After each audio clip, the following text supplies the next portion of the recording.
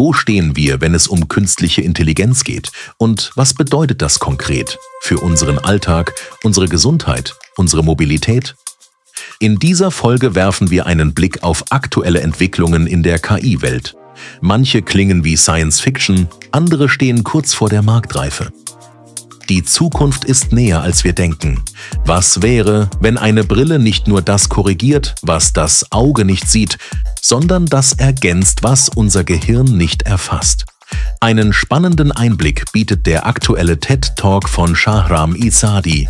Er zeigt Prototypen, die etwa Straßenschilder live übersetzen oder Kontexte erkennen, alles in einer normalen Brille integriert.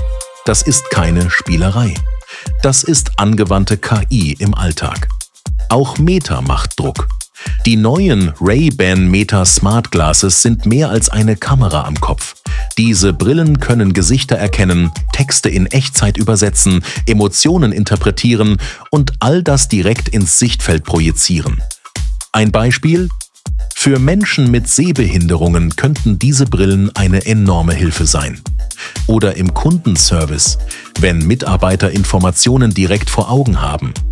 Auch Polizei und Sicherheitsdienste interessieren sich für diese Technologie. Das Thema ist also nicht mehr, ob wir solche Brillen nutzen, sondern wann. Tierschutz, virtuelle Zellmodelle und digitale Organe. Weniger Tierversuche, ein Ziel, das Forschung, Ethik und Technologie vereint.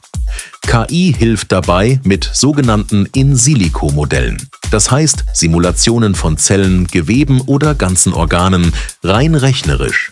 Medikamente lassen sich so auf Nebenwirkungen testen, ohne dass ein Tier dafür leiden muss. Die EU unterstützt solche Ansätze mit Programmen wie REACH und 3R.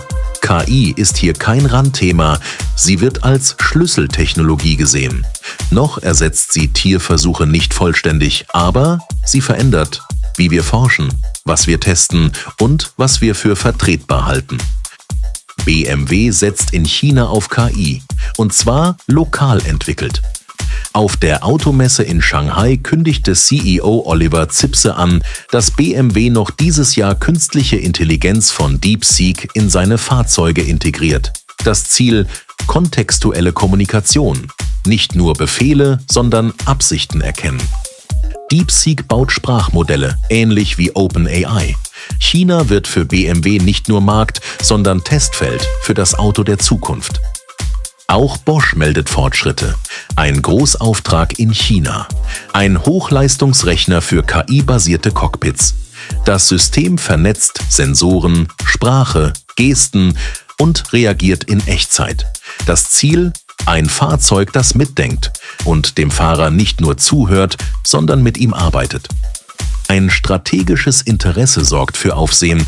OpenAI schaut auf Google Chrome, den weltweit meistgenutzten Browser. Doch es geht nicht um einen klassischen Kauf. Es geht um Zugang zur Oberfläche, zur Infrastruktur, zur digitalen Aufmerksamkeit. Chrome ist das Tor zum Netz. Wer es gestaltet, gestaltet Informationsflüsse.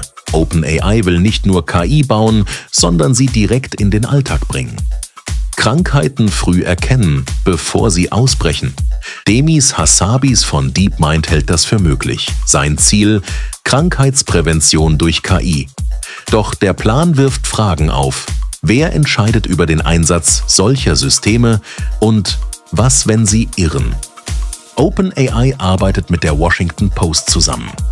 Ziel: Qualität in KI-generierten Antworten sichern. Doch was passiert, wenn KI journalistische Inhalte kuratiert? Wer kontrolliert die Inhalte?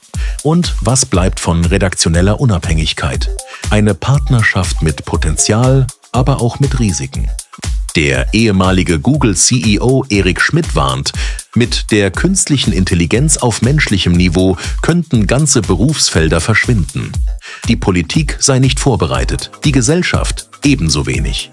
Was jetzt gefragt ist: ein Plan für Arbeit, für Bildung, für den sozialen Zusammenhalt. Künstliche Intelligenz ist kein Zukunftsthema. Sie ist Gegenwart. Sie verändert, wie wir sehen, wie wir entscheiden, wie wir leben. Doch je mehr wir über sie wissen, desto besser können wir mit ihr umgehen. Die Frage ist nicht mehr, ob wir mit KI leben, sondern wie wir sie gestalten und wer die Verantwortung trägt. Was denkt ihr? Wie verändert KI euer Leben jetzt schon? Und was kommt noch auf uns zu? Schreibt es in die Kommentare, wir freuen uns auf den Austausch.